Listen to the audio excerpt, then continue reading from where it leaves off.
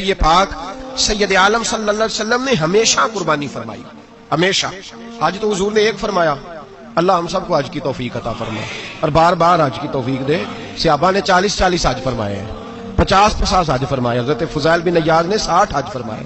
اللہ کو توفیق دے، قبول فرمائے، اور اللہ سب کو بار بار وہ موقع نصیب فرمائے۔ تو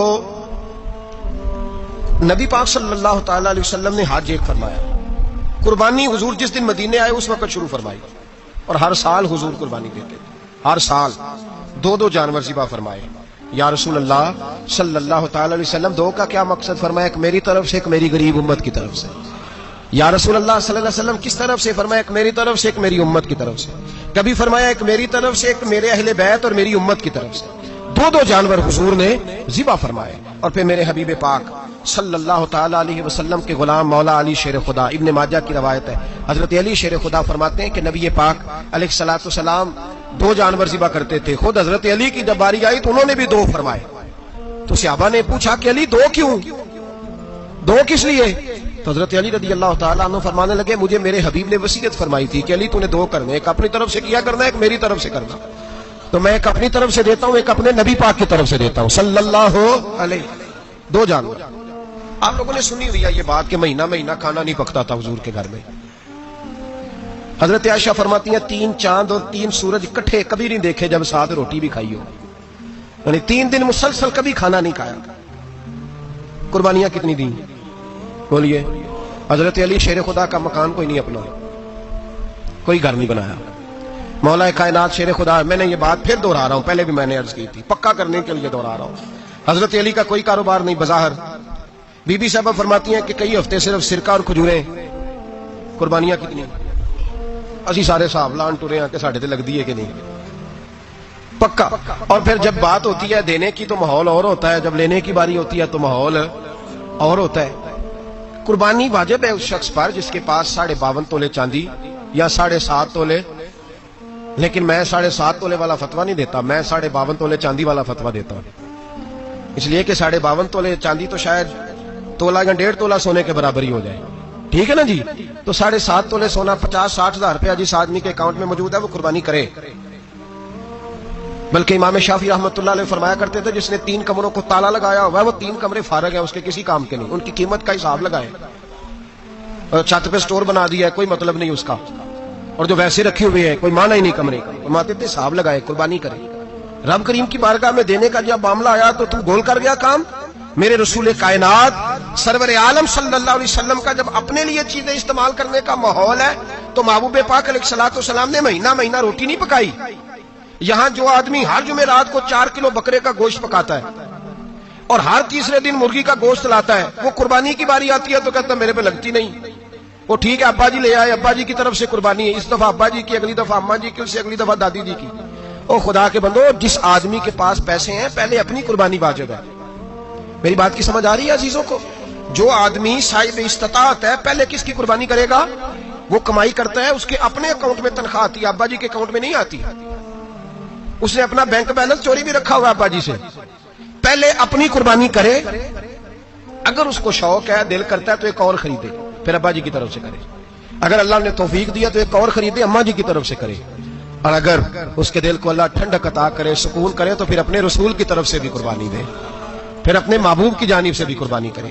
نبی پاک صلی اللہ تعالی علیہ وسلم نے ہر سال 2 قربانیاں دی، 10 سال، کل کتنی ہوگی 10 سالوں میں بولیے؟ اور جب حضور حج کرنے گئے نبی پاک نے 63 اونٹ ذبح فرمائے۔ ایک اونٹ میں کتنی قربانیاں ہوتی ہیں؟ 63 اونٹ حضور نے ذبح فرمائے۔ اور حدیث بڑی مزیدار ہے، حضرت ابو ہریرہ رضی اللہ تعالیٰ عنہ فرماتے ہیں کہ جب اونٹ ذبح کرنے کی باری آئی تو ہم سوچ رہے تھے، پریشان تھے کہ یہ تو بڑا مشکل ہے ذبح کرنا، بڑا مشکل ہے، اس کو تو نہر کرنا پڑتا ہے، گرانا پڑتا ہے، باندھنا پڑتا ہے، سب سے مشکل کام اونٹ ذبح کرنا ہے۔ تو نبی پاک صلی اللہ علیہ وسلم کی تو عادت کریمہ ہے، اپنے ہاتھ سے ذبح کرتے ہیں حضور، وہ ہمارا اللہ خیر کرے، اب اللہ ہی حافظ ہے، ذبح کرنا تو دور کی بات ہے۔ ہمارا جو BA پاس لڑکا ہے نا، اس کو ڈر آتا ہے جانور کے پاس کھڑے ہوتے ہوئے، کہتے ہیں بچوں کو اندر لے جاؤ، 10 سال کا 12 سال کا اندر لے جاؤ، ذبح کرنا، روئے گا، اور بس کرو یار، یہ کس قوم سے تمہارا تعلق پڑ گیا ہے؟ ہمارے تو 12 اور 14 سال کے معوذ اور معاذ ابو جہل کی گردن کاٹ کے رکھ دیا کرتے تھے، اور تو بچہ بکرا ذبح کرنے سے ڈرا رہا ہے، اس کو کھڑا کر لا کے. قربانی تو جہاد کی ٹریننگ ہے، تو کھڑا کر، اس کو کہا بیٹا یہاں کھڑا ہو، اللہ کے رستے میں بکرے کی گردن کاٹنی ہے. اگر کوئی شخص خدا رسول کے دین کی مخالفت کرے، کفر کا جھنڈا اٹھائے، تو اس کی گردن بھی کاٹنی ہے. یہ ٹریننگ ہے بچوں کے لیے. یہاں عجیب ماحول ہے، ڈر لگ رہا ہے، پیچھے ہٹ جاؤ. اور جس صاحب کی قربانی ہے وہ بھی کوئی 1.5 کلومیٹر کے فاصلے پہ کھڑے ہیں، دور کھڑے ہو کے دیکھ رہے ہیں. نفیس ہی بڑے ہیں جناب، لطیف ہی بڑے ہیں. کپڑوں کو کوئی قطرہ خون کا لگ گیا تو بڑی مصیبت بن جائے گی. اور امیر آدمی اس کا تو گھر کسائی نے خود فون کیا ہے کہ صاحب سب سے پہلے میں آپ کے گھر آؤں گا. اس کو پتہ ہے کہ منہ مانگی قیمت ملے گی. مہربانی فرمائیں، قربانی میرے رسول پاک صلی اللہ علیہ وسلم سے زیادہ نفاست والی طبیعت کسی کی نہیں. صحابہ کہتے ہیں اتنا حسین محبوب کا انداز تھا کہ کبھی کپڑوں پہ مکھی بھی نہیں بیٹھی. اور حضور سے ہم سلام لیتے تھے، دست مبارک چومتے تھے تو ہمارے ہاتھوں سے کستوری کی خوشبو آنے لگتی. اور فرماتے ہیں نبی پاک کا ہاتھ یوں ہوتا تھا کہ برف بھی اتنی ٹھنڈی نہیں جتنا پیارا حضور کا ہاتھ ٹھنڈا ہوتا تھا.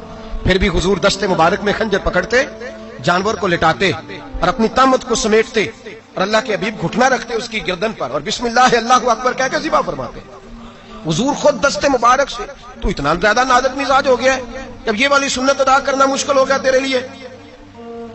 63 اونٹ ہیں. اور صحابہ کرام علیہم رضوان فرماتے ہیں کہ حال یہ ہے ہم سوچ رہے ہیں کیسے ذبح کریں گے، کیا کریں گے، کیسے گرائیں گے. اور نبی پاک صلی اللہ علیہ وسلم کہتے ہیں ہم ابھی سوچ میں ہی تھے کہ حضور نے چھری پکڑی.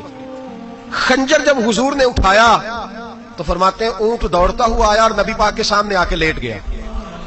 فرماتے ہیں اللہ کے رسول نے بسم اللہ اللہ اکبر کہہ کے ذبح کیا. اس نے ٹانگ بھی کوئی نہیں ہلائی، پیر بھی کوئی نہیں ہلایا. وہ کسی شاعر نے بڑی عجیب بات کہی تھی. اس نے کہا پھنسی جو دام میں بلبل تو لگی یوں کہنے، کرے گا قتل کیا تو نے جب اسیر مجھے، کباب شمع کے شعلے پہ کیجیو سیاد، شکل گل نظر آئے دم اخیر مجھے. وہ کہتے ہیں بلبل کو شکاری، سیاد شکاری نے پکڑ لیا بلبل کو. تو سیاد سے بلبل کہنے لگی تو نے پکڑا ہے تو قتل تو کرے گا ہی نا، کھائے گا تو صحیح، ایک میری منت ہے. شکاری کہنے لگا وہ کیا؟ تو بلبل کہنے لگی جب تو مجھے ذبح کرے نا اور پکائے تو مجھے پھول سے بڑی محبت ہے. اس طرح کرنا، کوئلے اتنے زیادہ دہکانا، اس قدر زیادہ آگ جلانا کہ ان کی شکل گلاب کے پھول کی طرح سرخ ہو جائے.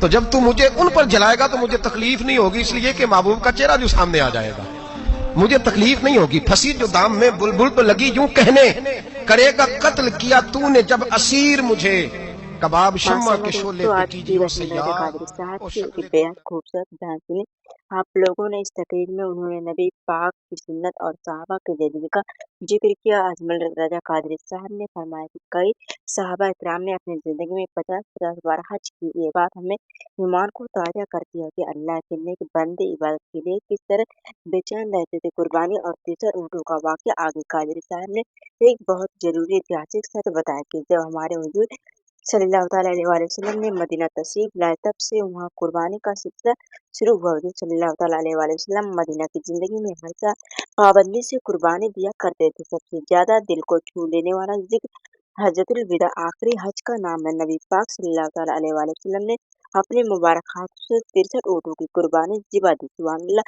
جتنے سال حضور صلی اللہ تعالیٰ علیہ وآلہ وسلم دنیا میں رہے یعنی 63 سال، ٹھیک اتنی اونٹوں کی قربانی اپنے ہاتھوں سے دی. باقی بچے اونٹ حضرت علی رضی اللہ تعالیٰ عنہ نے ذبح کیے. پیغام یہ تقریر ہمیں سکھاتی ہے کہ سنت پر عمل کیسے کیا جاتا ہے. قربانی صرف ایک رسم نہیں ہے بلکہ نبی کریم صلی اللہ تعالیٰ علیہ وآلہ وسلم کی وہ عظیم سنت ہے جسے ہر سال پورے ادب سے نبھانا چاہیے. قادری صاحب کا بیان کرنے کا انداز ہمیشہ کی طرح سیدھا دل میں اتر جاتا ہے.